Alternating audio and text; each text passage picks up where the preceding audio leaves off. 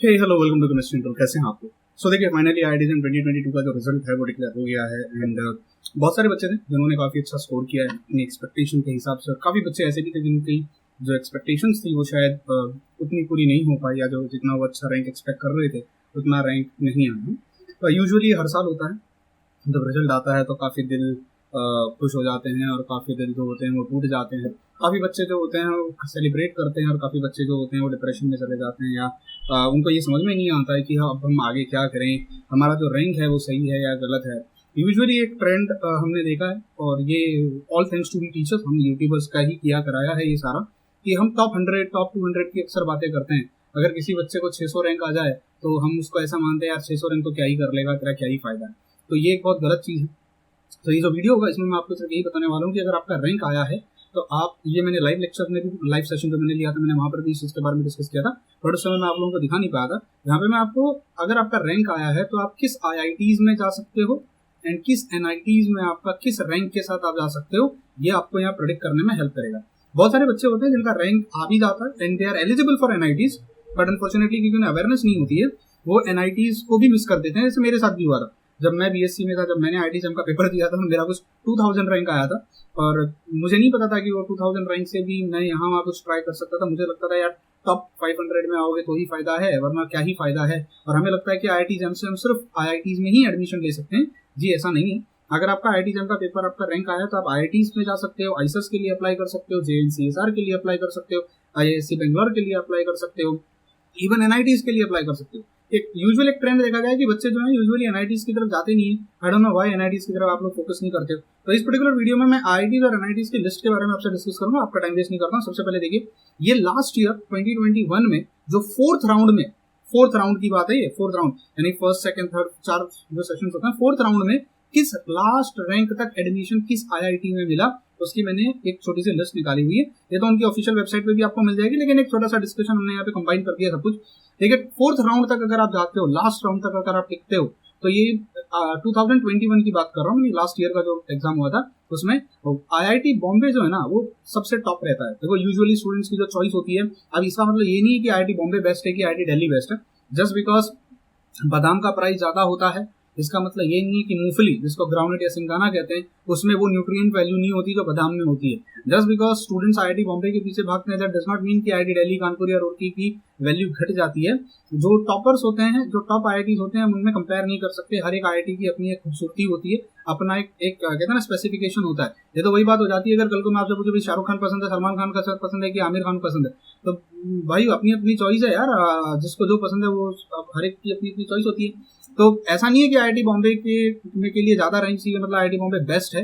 That's because IIT Bombay ज्यादा लोगों की प्रेफरेंस होती है, चॉइस होती है। तो IIT बॉम्बे में 1 से लेकर 32 जनरल कैटेगरी के, देखो ये जनरल है, EWS, OBC, SC and ST। तो हम यूजुअली 5 कैटेगरीज की हम बात करते हैं। तो जनरल कैटेगरीज के लिए आपको थोड़ा ज्यादा रैंक चाहिए होता है। SC ST अगर आप में जाते हो तो थोड़ा कम रैंक पे भी आपको एडमिशन मिल जाता है, क्योंकि जो सीट्स होती हैं हमारे यहाँ पे जो रिजर्वेशन सिस्टम चलता है, तो जनरल कैटेगरी हम 5 कैटेगरीज में यूजुअली डिवाइड करते हैं। General, EWS, economically backward weaker section जो होता है, OBS और OBC and SC and ST। तो हमारे पास 20 IITs हैं, IIT बॉम्बे, दिल्ली, कानपुर, रुड़की, मद्रास, खड़गपुर एंड गुवाहाटी। ये जो टॉप IITs है ना, यहाँ जो मैंने इन IITs का नाम लिखा है, IIT Bombay, IIT Delhi, IIT Kanpur, IIT Roorkee, IIT Madras, IIT Kharagpur and IIT Guwahati. ये 7 IITs को हम ओल्ड IITs में गिनते हैं। जो पुराने IITs हैं, काफी पुराने IITs हैं, इनको टॉप IITs भी कहा जाता है। इसके बाद जो नीचे के IITs है ना, जैसे जैसे आप थोड़ा थोड़ा नीचे चलते जाओगे, काफी IITs हैं जो अभी न्यू आई हैं। तो एक और बहस होती है, काफी बच्चे इस पे भी डिस्कशन करते हैं कि सर अगर मान लीजिए हमारे पास एक न्यू IIT है, एक न्यू IIT, सबसे पहली प्रेफरेंस बच्चे जो देते हैं यूजुअली वो ओल्ड IITs को देते हैं। ओल्ड IITs जो होती हैं, मैं आज इस वीडियो में मैं ये भी डिस्कस करूंगा कि ओल्ड IIT न्यू IITs में क्या फर्क है। और यूजुअली कंपैरिजन किया जाता है न्यू IITs का वर्सेस कंपैरिजन किया जाता है NITs के साथ, जो ओल्ड NITs होती हैं उनके साथ, वर्सेस इसका कंपैरिजन किया जाता है सर BHU में जाएं या DU में चले जाएं। ये एक बड़ा कंपैरिजन है। सबसे पहली बात, अगर आपको ओल्ड IITs कोई भी मिल रही है, ओल्ड IITs का मतलब मैं कह सकता हूँ जो टॉप 7 IITs होती हैं, अगर इनमें आपका कहीं पर भी एडमिशन हो रहा है, भैया देखो प्रेफरेंस ऑब्वियसली इंडिया में आप अगर हो तो आप ये समझोगे कि IIT में पढ़ना ही अपने आप में बहुत बड़ी बात होती है। इन टॉप 7 में से कोई भी IIT अगर आपको मिले आप ले लो। पहली बात तो पहली चॉइस मेरी होगी। अगर आपके पास चॉइस नहीं है तो जो भी मिले वो ले लेना। अगर आपके पास चॉइस है, जैसे कि आप टॉप 10 में हो या टॉप 20, टॉप 30, 40 में हो, तो आपके पास चॉइसेस होती है।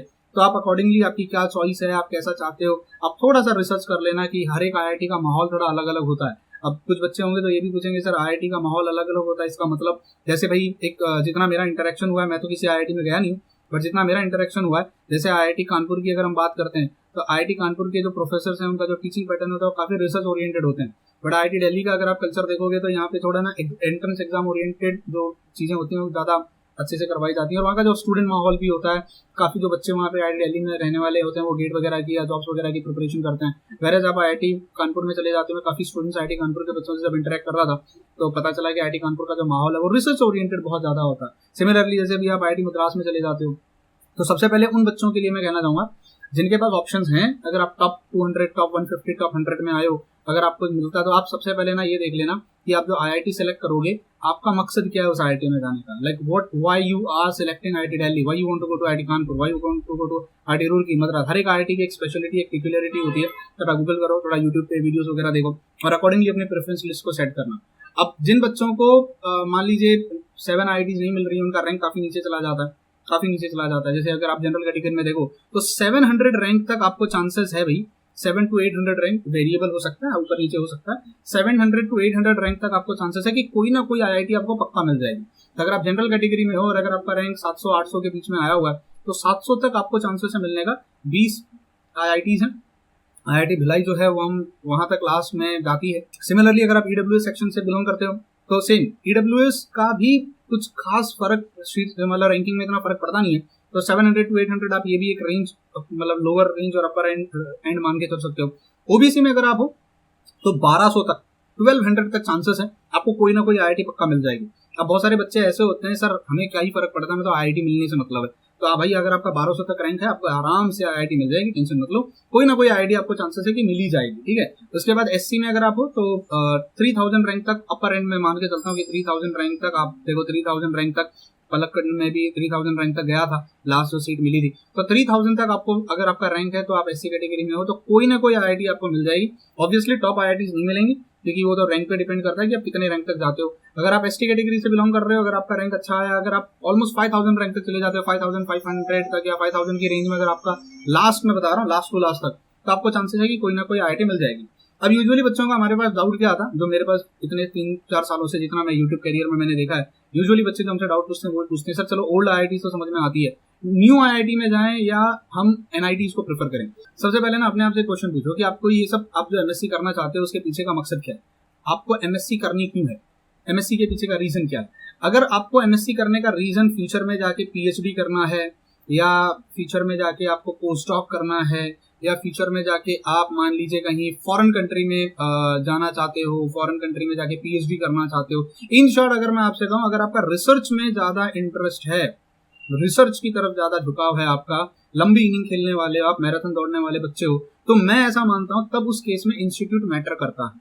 अब मैं हो सकता है कुछ लोग मेरी इस बात से शायद एग्री ना करें, या हो सकता है कुछ लोग हों जो मेरी इस पॉइंट ऑफ व्यू से मतलब हो सकता है सहमत ना हो, बट मेरा ऐसा मानना है कि जब आप पीएचडी के लिए सोचते हो तो आप ये जरूर देखिएगा, जैसे मान लीजिए मैं ऑल इंडिया रैंक 1 हूँ, ठीक है, मेरा ऑल इंडिया रैंक 1 आया, मुझे पीएचडी में इंटरेस्ट है। अब मैं आईआईटी बॉम्बे जाऊँ या आईआईटी दिल्ली जाऊँ या कानपुर जाऊँ, अब भाई 1 हूँ तो इसका मतलब थोड़ी ना आईआईटी बॉम्बे ही जाऊंगा। अब मान लीजिए मैं फ्यूचर में पीएचडी करना चाहता हूँ और मेरा इंटरेस्ट है नैनो साइंस में काम करने का, या मेरा इंटरेस्ट है कि भाई मैं फ्यूचर में आने के बाद ना इलेक्ट्रोलाइटिक सेल्स पे काम करना चाहता हूँ, और जहां मैं इलेक्ट्रोलाइटिक सेल्स पे काम करना चाहता हूँ वो जो प्रोफेसर है ना, इलेक्ट्रोलाइटिक सेल्स पे काम करने वाले जो प्रोफेसर हैं, जो लैब है या वहाँ पे जो कल्चर होता है वो मद्रास में बहुत अच्छा होता है, आईआईटी मद्रास में, तो सीधी बात है फिर मैं आईआईटी बॉम्बे क्यों सिलेक्ट करूंगा, मैं तो आईआईटी मद्रास सिलेक्ट करूंगा जहां मुझे अब फ्यूचर देखना है। क्योंकि जहां मैं लैब में जाऊंगा, वहां प्रोजेक्ट्स में करूंगा, उन प्रोफेसर के साथ इंटरेक्ट करूंगा जो जिनकी लैब में इलेक्ट्रोलाइटिक सेल्स पे अगर काम चल रहा होगा, तो फ्यूचर में वो मुझे कहीं रिकमेंड कर सकते हैं, कहीं अगर पीएचडी या पोस्ट डॉक के लिए ओपनिंग्स आती है तो वो मुझे वहां पे भेज सकते हैं। तो उस पर्टिकुलर केस में मुझे इंस्टीट्यूट मैटर करता है। अब अगर आप मान लीजिए पीएचडी करना चाहते हो तो भैया आईआईटीज या एनआईटीज में हम कहाँ जाएं, तो वो डिपेंड करता है कि आपका रिसर्च इंटरेस्ट क्या है और आपको वहां वो मिल रहा है। लेकिन अगर मान लीजिए फ्यूचर में जाने के बाद आपको टीचिंग में इंटरेस्ट है, तब टीचिंग में भी 2 पार्ट आते हैं। एक टीचिंग में अगर आपको मान लीजिए इंटरेस्ट है कि कोचिंग सेक्टर में जाना है, ये तो ऑनलाइन यूट्यूब पे या जैसे एडटेक प्लेटफॉर्म्स पे अगर आपको जाना है। दूसरा, अगर आपको डिग्री कॉलेज में प्रोफेसर वगैरह के लिए अप्लाई करना है, नेट सेट क्वालिफाई करना है। सी ऑनेस्टली स्पीकिंग, अगर आप कोचिंग इंडस्ट्री में आना चाहते हो तो टैग बहुत मायने रखता है। अब ये बहुत बार फोन पर मैं बच्चों को समझाता हूँ, तो इसलिए मैं ये वीडियो में और बहुत ऑनेस्टली आपको बता रहा हूँ। बहुत सारे बच्चे शायद इस चीज से या बहुत कुछ, अगर कोई पढ़ा लिखा देख रहा होगा, कोई समझदार आदमी, तो शायद मेरी इस चीज से वाकिफ मतलब एग्री ना भी करे, बट ये हकीकत बता रहा हूँ। आप अगर कोचिंग इंडस्ट्री में आते हो, मानो या ना मत मानो, जब हम भी स्टूडेंट थे, हम टैग देखते हैं। तो आप अगर कोचिंग इंडस्ट्री में आपका सपना है जाने का, भाई नहीं मैं अभी मेरा रैंक आ गया है, मुझे अच्छे इंस्टीट्यूट में पढ़ना है, फ्यूचर में मुझे कोचिंग इंडस्ट्री में जाना, बड़ा पैसा है इस इंडस्ट्री में, तो भाई टैग मैटर करता है। और आईआईटी से बड़ा टैग तो क्या ही है भाई, फर्क नहीं पड़ता। मैं एमआईटी में मैं या यूएसए में जाके अगर मैं एक यूनिवर्सिटी में, टॉप यूनिवर्सिटी में, कैम्ब्रिज यूनिवर्सिटी में पढ़ रहा हूँ और कैम्ब्रिज यूनिवर्सिटी में मेरा लास्ट रैंक आता हो, क्या फर्क पड़ता है कि मैं कैम्ब्रिज में जाके टॉप मार्क के हूँ या कैम्ब्रिज में जाके मैं लास्ट रैंक लेके आऊँ। मैटर ये करता है, बोलते समय तो मैं यही कहूँगा ना, कैम्ब्रिज में पढ़ के आया।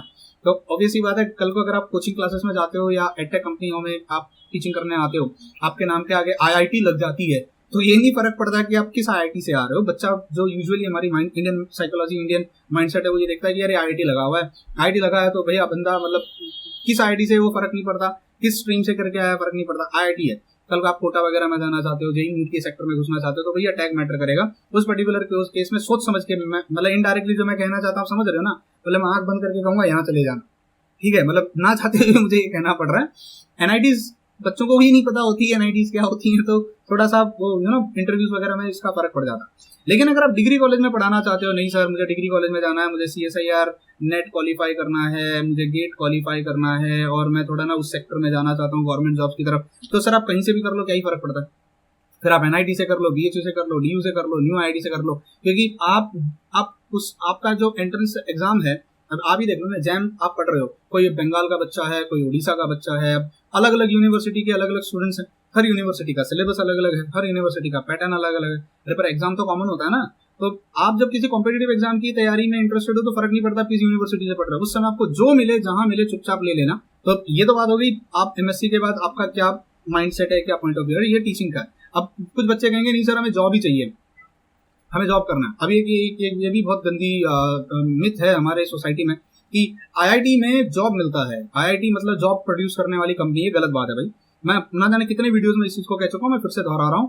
प्योर साइंस में आईआईटीज में इतना जॉब नहीं है जितना हम जो करोड़ों का पैकेज, लाखों का पैकेज जो सुनते हैं, वो इंजीनियरिंग ब्रांच में है। और इंजीनियरिंग में कुछ सिलेक्टेड इंजीनियरिंग में, जैसे सॉफ्टवेयर है, कंप्यूटर साइंस है, सीएस है ना, इनमें है। आपको हर ब्रांच में वो उतना बड़ा पैकेज नहीं मिलता। और प्योर साइंस की तो हालत बहुत ही खराब है। मैं ऑनलाइन अभी मैं कहना नहीं चाहता, बट यहाँ पे कुछ ऐसे भी टॉप आईआईटीज है जहाँ पे प्लेसमेंट भी नहीं होती है, आपको लिटरली कोई कंपनी नहीं आएगी लेने के लिए, वहां प्लेसमेंट ही नहीं होती। तो ये मिथ तो छोड़ दो, आप जॉब का सोच के तो आईआईटीज का सिलेक्शन मत करना भूल के भी, क्योंकि प्योर साइंस में अगर आप जा रहे हो एमएससी करने के लिए, तो हो सकता है कि आपको मिलने को तो शायद बहुत बड़ी कंपनी भी उठा ले आपको। अभी जैसे आईआईटी बॉम्बे में मैं बता रहा हूँ, बहुत सारे बच्चों से मेरा इंटरेक्शन में कहते हैं सर कोई जॉब की श्योरिटी नहीं है, तो फिर आईआईटी क्यों जाना है। आईआईटी जाने के पीछे का ये रीजन होता है, एक सबसे बड़ा एक ये रीजन होता है, एक ये सबसे बड़ा रीजन होता है ये, और इससे भी बड़ा रीजन ये वाला होता है कि आईआईटीज के थ्रू आपको जो फ्यूचर में जो अब्रॉड जाने की या पीएचडी वगैरह करने का जो स्कोप, या जो मैंने एक वीडियो बनाया था कि भाई एमएससी में प्रोजेक्ट करना या इंटर्नशिप करना इंपॉर्टेंट होता है, तो वो फायदा आपको यहाँ मिल जाता है। ठीक है, अब इसके अलावा मैं एक और बात बता रहा हूँ, ये तो हर कोई बच्चा जानता है। अब एनआईटीज में भी एक प्रॉब्लम है, एनआईटीज में जाना चाहिए कि नहीं जाना चाहिए। देखो भाई, मैं आपको ऑनेस्टली बता रहा हूँ, अगर आप डिग्री कॉलेज में सीएसआईआर नेट गेट की तैयारी कर रहे हो, तो आप मत देखो आप कहाँ पढ़ाई कर रहे हो, जो मिले जहां मिले ले लो चुपचाप, क्योंकि पढ़ना है तो आपको सेल्फ स्टडी करना है, कोचिंग तो आपको लगानी ही पड़ेगी, नोट्स आपको रेफर करने पड़ते, फिर कहाँ से कर रहे हो क्या फर्क पड़ता है।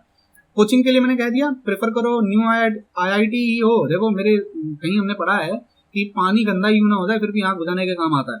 आईआईटी नया हो या पुराना हो, टैग होता है, कहीं ना कहीं वो काम पक्का आएगा आप लोगों को, अगर आपको कोचिंग में इंटरेस्ट है तो। अगर आपको एनआईटीज में जाना है कोई फर्क नहीं पड़ता, आप एनआईटीज में भी जा सकते हो, पर ऑब्वियसली बात है आईआईटीज का मतलब इंडियन सोसाइटी के हिसाब से तो आईआईटी सी बड़ी होती है। ठीक है, तो ये 3 फैक्टर्स आप सोच के रखना कि आपको किस, जब डिसीजन लोगे तो इन 3 फैक्टर्स पे देखना। लिस्ट आपके सामने है, आप रैंक प्रोटेक्ट कर सकते हो, आपको कहाँ लगेगा। एनआईटीज का भी बता देता हूँ, देखिए एनआईटीज का है जैम 2021 के बेसिस पे जो सिलेक्शन हुआ था एनआईटीज का, उसके बेसिस पे हम लोगों ने एक छोटा सा ये निकाला है। अब जनरल कैटेगरी में अगर आप देखते हो, हमारे पास कुछ 19-20 एनआईटीज हैं, अब 19 एनआईटीज का हमने लिस्ट निकाला हुआ है। अगर आप देखोगे जनरल कैटेगरी में 1600 तक रैंक तक, 1600 रैंक तक जनरल कैटेगरी वालों को मिल जाता है।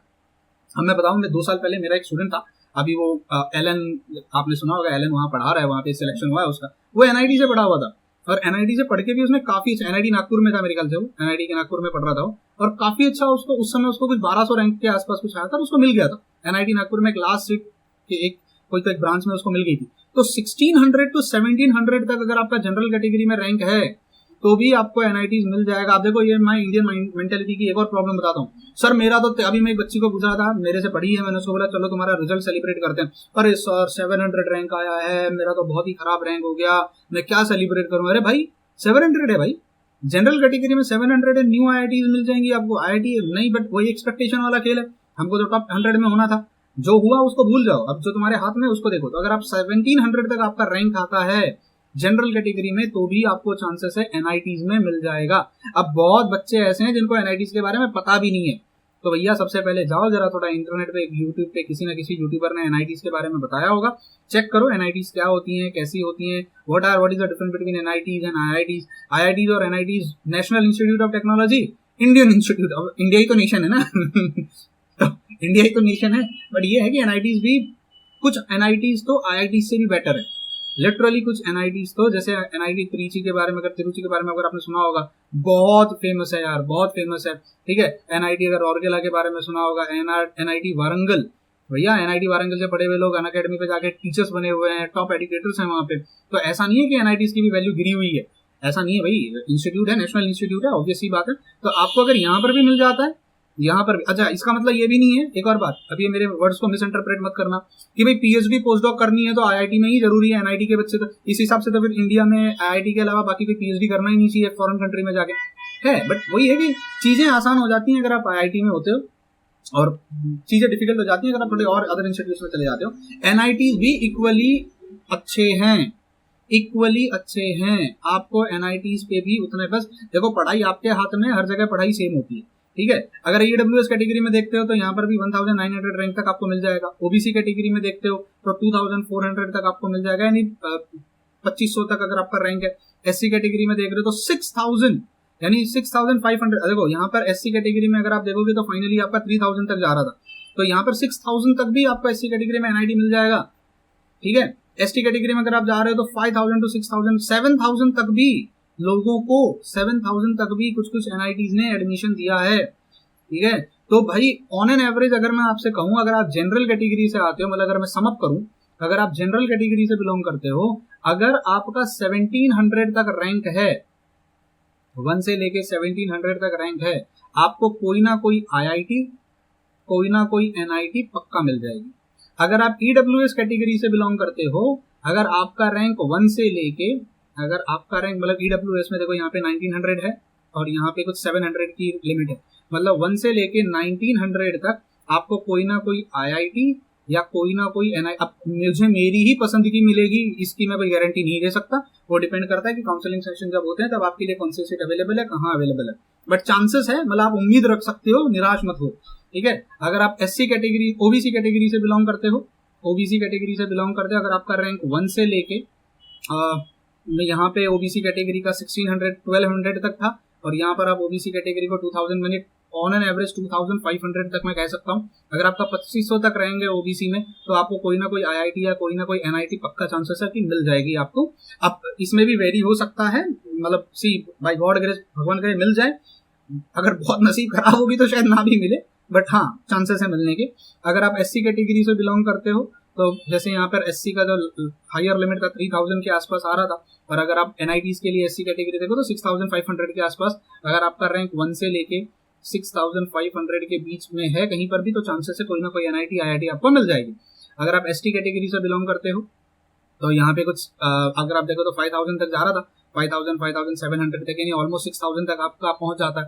और यहाँ पर भी देखो तो 7000 तक चला जाता है, तो 1 से लेके 7000 तक। अब देखो अगर आपने देखा होगा तो कुछ कुछ एनआईटीज में एसटी कैटेगरी के लिए उन्होंने नहीं लिया है, कहीं पे ईडब्ल्यूएस के लिए सीट्स नहीं है, तो ये भी डिपेंड करता है कि कहाँ सीट्स हैं कहाँ सीट्स नहीं है रिजर्वेशन के हिसाब से। तो कुछ 7000 तक आप कह सकते हो आपको कोई ना कोई एनआईटी या आईआईटी आपको मिल जाएगी। तो ये समअप है। अब आप देखो आप कहाँ फिट बैठ रहे हो, आपको आईआईटीज मिल रही हैं, एनआईटीज मिल रही हैं, दोनों इंस्टीट्यूट काफी अच्छे होते हैं। आप प्लीज ये ना, ये वो गेम मत खेलते बैठना आईआईटी एनआईटी आईआईटी एनआईटी। अगर आपके पास ऑप्शन है तो आप सिलेक्ट करो, अगर नहीं है तो चुपचाप जो भी मिल रहा है उसको ले लो और अपनी पढ़ाई स्टार्ट करो। अब बहुत एक बड़ा क्वेश्चन उठता है, ये भी कुछ बच्चे पूछते हैं कि सर मैं थोड़ा वीडियो लंबा खींच रहा हूँ, इसको गैप लेना चाहिए कि नहीं लेना चाहिए। देखो यार मैं ऑनेस्टली बोलूँ, आप जितना गैप लोगे उतना कंपटीशन बढ़ा रहे हो अपना खुद का। और गैप एक ऐसी चीज है, एक तो पहले एज फैक्टर आ जाता है, कंपटीशन आ जाता है, फिर एम्प्लॉयमेंट की रेट आ जाती है। आप इस साल अगर नहीं करोगे, अगले साल कोई ना कोई फिर टॉप 1 लेके आएगा। हर साल बच्चे आ रहे हैं, हर साल कंपटीशन बढ़ रहा है। All thanks to we YouTuber की हमने इतनी अवेयरनेस फैला रखी है कि आजकल कंपटीशन बहुत बढ़ गया है। पहले 12,000 बच्चे फॉर्म भरते थे, अब 20-25,000 बच्चे फॉर्म भर रहे हैं। तो आप गैप लेने की अगर सोच रहे हो तो कुछ एक्सट्रीम कंडीशंस में ही गैप लो। आपके पास एक वैलिड रीजन होना चाहिए। इमोशंस में आके या ईगो में आके आप डिसीजन मत लो कि मुझे गैप लेना है। बहुत बच्चे यही करते हैं, इमोशंस में और ईगो में आ जाते हैं। मेरे बाप का सपना था, मेरी माँ का सपना था, ये मेरा सपना था, मुझे किसी को प्रूफ करके दिखाना है। आप प्रैक्टिकल होके सोचो। आज रिजल्ट आया था कल, 2-3 दिन जरा ठंडा बैठो। तूफान जब आता है तब डिसीजन नहीं लेते हैं। 2-3 दिन ठंडा बैठो, ठंडे दिमाग से सुनो, कुछ बोलो मत, सबकी सुनो कौन क्या कह रहा है, सबकी एडवाइजेस लो और 3-4 दिन के बाद आप डिसीजन लो कि मुझे क्या करना है और मुझे क्या नहीं करना है। देखो कुछ बच्चे ऐसे भी हैं जो यार बहुत ज्यादा टूट चुके होंगे इस टाइम पे आते आते।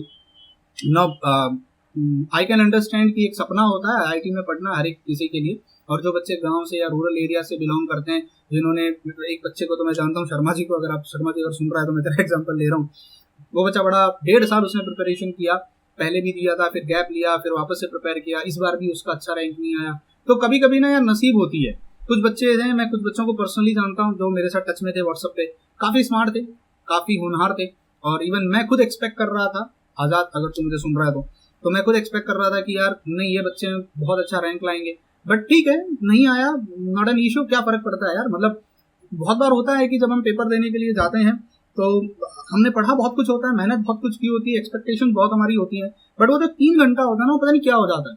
इट्स जस्ट लाइक कि सचिन तेंदुलकर जब क्रिकेट में खेलने उतरा होगा कोई मैच में, और जब वो उतरता होगा तो मतलब लाखों की ऑडियंस सचिन तेंदुलकर को देख के चिल्लाती होगी, तो सचिन तेंदुलकर भी मन में सोच रहा होगा कि यार आज तो सेंचुरी मार के ही घर पे आऊंगा, है ना। तो मन में एक्सपेक्टेशन आ गई सेंचुरी मारने की। अब पता चला सचिन तेंदुलकर ने पहली बॉल आई और पहली बॉल पे ही विकेट गिर गई, तो अब सचिन तेंदुलकर क्या करेंगे? मतलब ऐसा थोड़ी ना कहेंगे यार मैं तो 0 पे आउट हो गया, मैं तो अब सुसाइड कर लूंगा, पता नहीं। ऐसे होता तो आज सचिन तेंदुलकर नहीं बनता ना।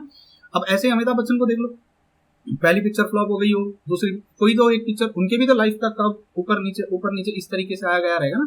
तो सुनो, ये पहला एग्जाम तो था नहीं, इससे पहले भी आपने एग्जाम दिए और इसके बाद में भी और आएंगे। और ये चीज आप भी मानते हो, आप भी समझते हो कि अपॉर्चुनिटीज की कमी नहीं है, अपॉर्चुनिटीज और आएंगी। आपने भी, आजकल तो सोशल मीडिया इतनी बड़ी हो गई है कि ना जाने कितनी कहानियां हमारे सामने आ जाती हैं। कोई लाइफ में ऐसा फेलियर होता है, फिर सडनली पता नहीं क्या होता है, उसको 2-4 साल के बाद उसकी जिंदगी एकदम बदल जाती है, सीरियस हो जाता है, सितारे बदल जाते हैं, तारे बदल जाते हैं, उसकी डेस्टिनी उसको कहीं और लेकर चली जाती है। और कभी कभी होता है कि शायद आप इस फील्ड के लिए बने ही नहीं होते।